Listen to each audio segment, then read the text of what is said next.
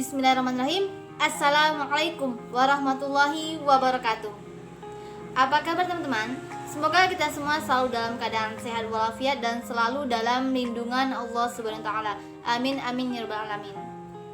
Oke, di video kali ini saya akan menjelaskan materi tentang teori psikologi kepribadian. Sebelum saya menjelaskan lebih jauh, ada baiknya saya memperkenalkan diri terlebih dahulu. Sebagaimana kata pepatah mengatakan, tak kenal maka kita kenalan. Perkenalkan, nama saya Epi Opiani, NIM 1811062, kelas PAI 6B. Video ini dilakukan untuk memenuhi tugas UTS pada mata kuliah Psikologi Kepribadian yang mana dosen pengampunya yaitu Ibu Miska Zulfa SPDI MA. Yang mana saya harapkan dari teori-teori ini teman-teman dapat memahami apa yang saya sampaikan. Karena beberapa menit ke depan kita semua akan mengetahui yang pertama yaitu pengertian dari psikologi kepribadian. Yang kedua, kita akan mengetahui apa saja sih teori-teori dari psikologi kepribadian. Oke, kita memasuki poin pertama yaitu pengertian dari psikologi kepribadian. Apa sih yang dimaksud dengan psikologi kepribadian? Psikologi kepribadian itu adalah kajian ilmu pengetahuan yang mempelajari tentang watak, tabiat, sifat, dan karakter seseorang. Psikologi kepribadian pada umumnya itu sama dengan cabang psikologi lainnya. Hanya saja yang membedakan itu cara mensintesiskan dan mengintegrasi prinsipnya. Selanjutnya poin kedua yaitu teori psikologi kepribadian. Teori dalam psikologi kepribadian ini terdiri dari 9 teman-teman. Yang pertama, teori psikoanalisis. Teori ini dikembangkan oleh Sigmund Freud. Yang mana teori ini mempelajari tentang hakikat dan perkembangan manusia. Unsur yang diutamakan dalam teori ini yaitu emosi dan sikap. Yaitu unsur emosi dan sikap manusia itu. Selanjutnya teori kedua yaitu teori sifat.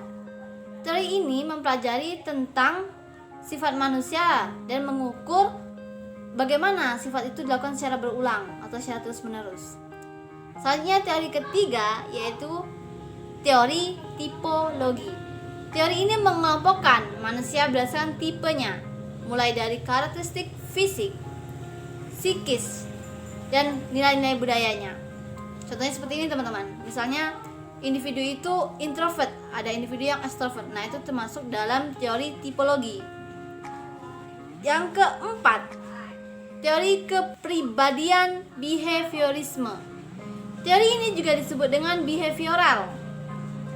Teori ini mempelajari atau mengamati tingkah laku manusia itu hanya yang dapat diamati atau hanya dapat dilihat ya. Nah, itu termasuk teori kepribadian behaviorisme. Teori ini menyoroti kehidupan sehari-hari ya teman-teman. Selanjutnya teori kelima yaitu teori humanistik. Teori ini mengkhususkan secara khusus untuk mengamati tingkah laku manusia. Salah satu teori yang ada di psikologi ini yaitu teori yang dikembangkan oleh Abraham Maslow. Abraham Maslow menekankan pada hakikat kebutuhan dan motivasi. Selanjutnya teori keenam yaitu teori psikologi kognitif. Teori ini mempelajari tentang pemikiran seseorang atau individu yang mana akan menilai atau mempertimbangkan bagaimana ia menilai dan menghubungkan dan mengambil suatu tindakan ketika terjadi suatu peristiwa. Selanjutnya yaitu teori ketujuh yaitu teori belajar sosial. Teori belajar sosial ini yaitu digunakan atau mengemukakan pendapat bahwa kepribadian atau tingkah laku seseorang itu dipengaruhi oleh interaksi dengan lingkungannya. Selanjutnya teori ke-8 yaitu teori psikoneurotik. Teori ini mengemukakan pendapat atau digunakan untuk menjelaskan latar belakang dan konflik suatu peristiwa. Yang terakhir yaitu teori behavioristik.